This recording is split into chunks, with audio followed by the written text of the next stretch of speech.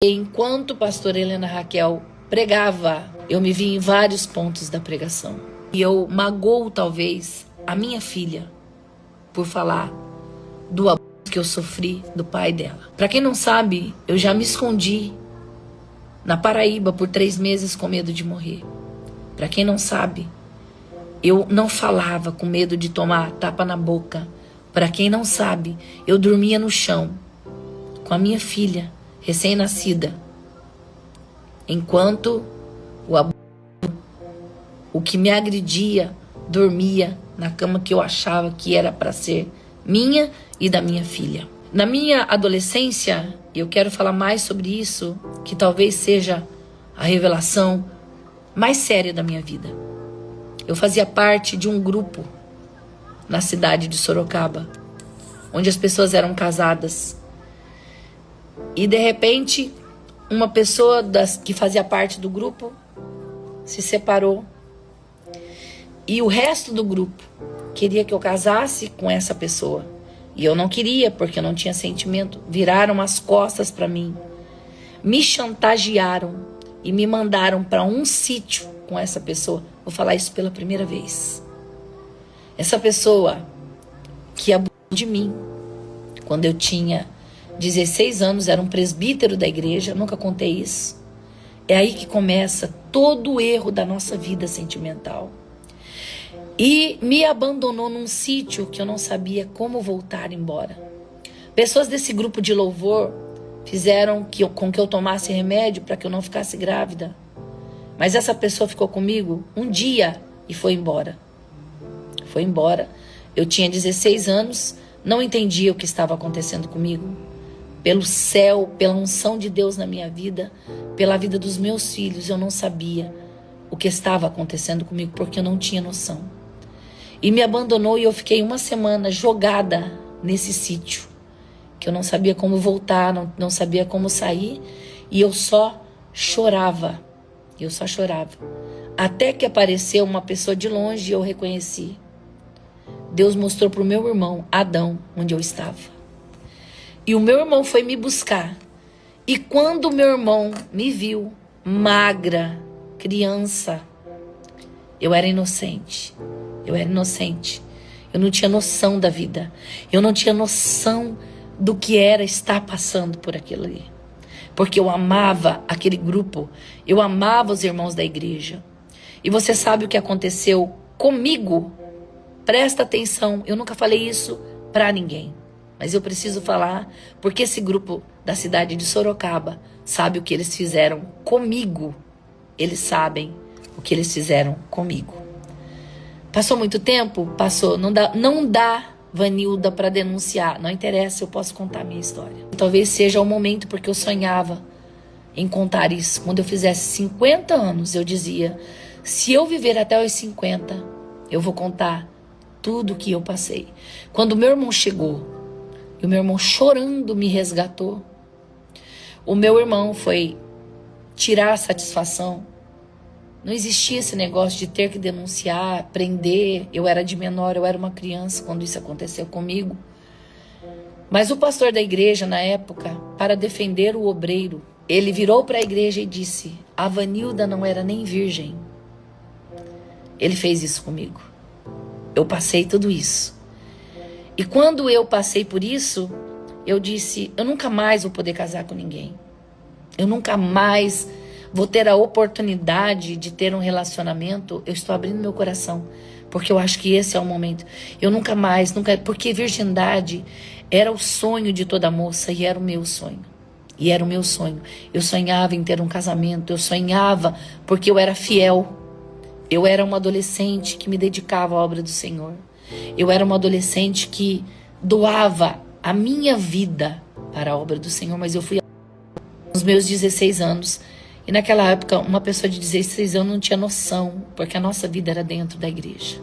A nossa vida era orar de madrugada. E eu fui abusada por um obreiro da casa do Senhor. E quando aconteceu isso comigo, eles foram me instruindo que eu não podia falar nada para ninguém. Outros obreiros da casa do Senhor, mulheres de obreiros, chegavam para mim, você tem que ficar quieta, você não pode falar, você não pode falar, você não pode falar, você não pode falar. e diante da igreja. O pastor disse que eu tinha que ser excluída porque eu não era virgem e que eu estava me levantando para derrubar os obreiros. Eu me senti um lixo jogada fora, mas mesmo assim eu não saí da igreja. Eu não saí da presença do Senhor. Tô conseguindo falar sobre isso, né? Graças a Deus. E aí o primeiro que apareceu, que ficou sabendo do que tinha acontecido na igreja, chegou para mim e disse assim: não tem problema, eu aceito você, eu caso com você. Mas com 1 ano, ele começou a me bater, porque ele dizia: você não vale nada. Eu te conheci, você não era mais nada. E eu passei 12 anos apanhando. 12 anos apanhando. E eu apanhei na presença do meu pai. Eu não ficava grávida. Eu tinha hemorragia direto. Eu preciso falar essa história para vocês. E tirei um dos meus ovários. Eu levava soco, eu levava chute, puxão de cabelo, cala a boca. Eu vivi nesse ambiente até que um dia eu acordei de manhã e eu vi 2 cordas amarradas. E eu já tinha minha filha, era pequenininha. Durante a minha gravidez foi um período que eu achei que Deus tinha mudado a minha vida, tá? Durante a gravidez foi o período que eu fiquei feliz, que eu não apanhava mais porque eu estava grávida. Eu disse: Deus mandou minha filha para mudar a minha história, eu não vou apanhar mais. Porém, quando a minha filha nasceu, eu apanhei ainda na minha dieta, amamentando. Até que um dia eu levei a minha filha pro parquinho e eu vi 2 cordas amarradas na minha frente. E eu olhei e eu sabia que era para mim aquelas cordas. E eu liguei para Célia, minha irmã, a Célia. E eu disse: Célia, se você não vier aqui agora, eu vou morrer. E a Célia morava 200 quilômetros da minha casa. E eu disse: sai da sua cidade e vem me socorrer. Porque ele disse que vai matar a minha filha. A minha filha não gosta de ouvir, mas eu não posso poupar a minha história, porque essa é a minha verdadeira história. A Célia disse: Van, eu vou distrair, nós vamos ligar, vamos distrair ele. Não faça nada, não fale nada, fique quieta. E eles vieram correndo, a viagem que seria em 2 horas e pouco, em 1 hora eles chegaram na minha casa. E quando eles chegaram, com 1 hora, as cordas ainda estavam amarradas. E eles conseguiram distrair. E eu fugi. Fui para a casa do pastor Napoleão Falcão, na Paraíba.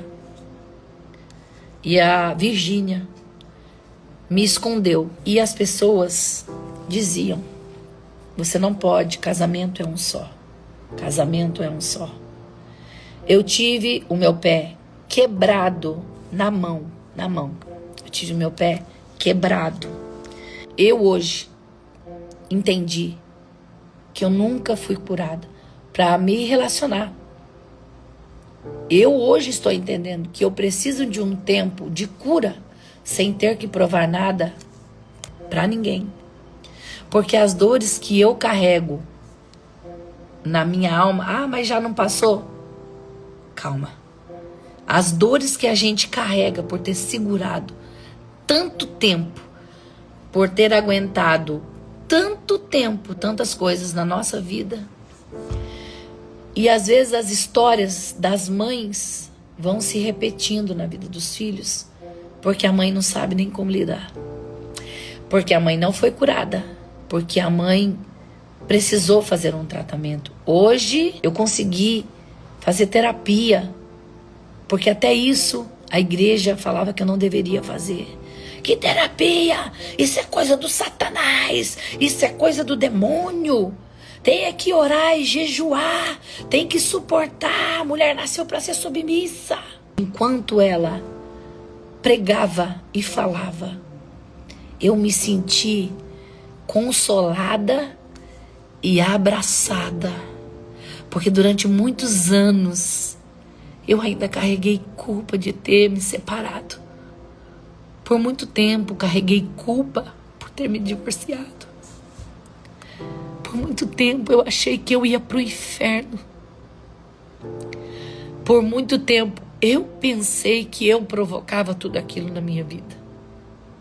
Por muito tempo eu achei que eu merecia cada palavra dita contra a minha moral e contra a minha vida. Mas eu vivi para ouvir uma mulher cheia do Espírito Santo, embasada na palavra de Deus, falando tudo o que eu tinha vontade de falar, de uma forma totalmente inspirada pelo Espírito de Deus. Eu fui e eu fiquei excluída da igreja. Eu fiquei disciplinada e as pessoas eram proibidas de me abraçar. E eu ouvia: você tem que ficar aí para passar o seu tempo de prova. E é mais ou menos o que aconteceu com Tamar. Eu sou uma sobrevivente. Você já sabe como eu fiz o 100 palavras? Esse hino, que já faz mais de 30 anos que eu canto, sentada na calçada, toda roxa, eu tinha acabado de apanhar. Sentei na calçada e disse: Deus, não adianta falar com ninguém, porque eu só ouvia: tem que orar, tem que suportar, casou, tem que aguentar. Com certeza você respondeu, com certeza você fez isso, porque eles vão arrumar culpa para nós. Mas eu sentei e o Senhor me deu essa letra: mesmo em gemidos o Senhor te ouvirá. Mas esses gemidos era para aquela época, tá?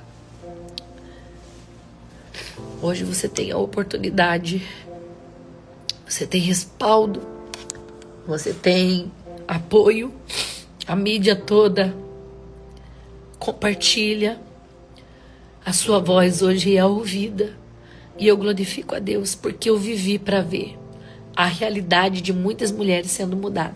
E olhar para mim e dizer assim: Vanilda, você sobreviveu para ouvir no púlpito dos Gideões que o que você fez não te leva para o inferno. Que o que você fez foi sair de um relacionamento. Eu vou contar mais uma coisa para vocês. Vocês querem se escandalizar? Deus não permitiu que as minhas partes íntimas fossem vazadas na internet. Mas até isso aconteceu comigo. Enquanto eu dormia, tirava foto das minhas partes íntimas e enviava. Para quem? Para lésbicas. E ainda perguntava: você pegaria? O que você faria se você descobrisse que isso estava acontecendo com você? Vanilda, você está tendo coragem? Tô. Eu estou tendo coragem de falar coisas que eu nunca falei para ninguém. O que você faria que enquanto você estivesse na intimidade com o seu marido, ele te pedisse para falar o nome de outras mulheres? Você continuaria? Não devemos expor, né? É verdade. A gente não pode expor. Você pode expor, só não fale nome. Só não fale nome. Fica aqui o meu desabafo. É um desabafo. E é um alívio. Porque tudo que eu quis falar, humanamente falando, eu não tive oportunidade. Mas quando Labão não quer ouvir a história da boca de Rebeca, o próprio Eliezer vai contar. Mas eu posso dizer uma coisa: Deus ouviu a minha oração. Quando eu disse: Deus, um dia eu quero falar.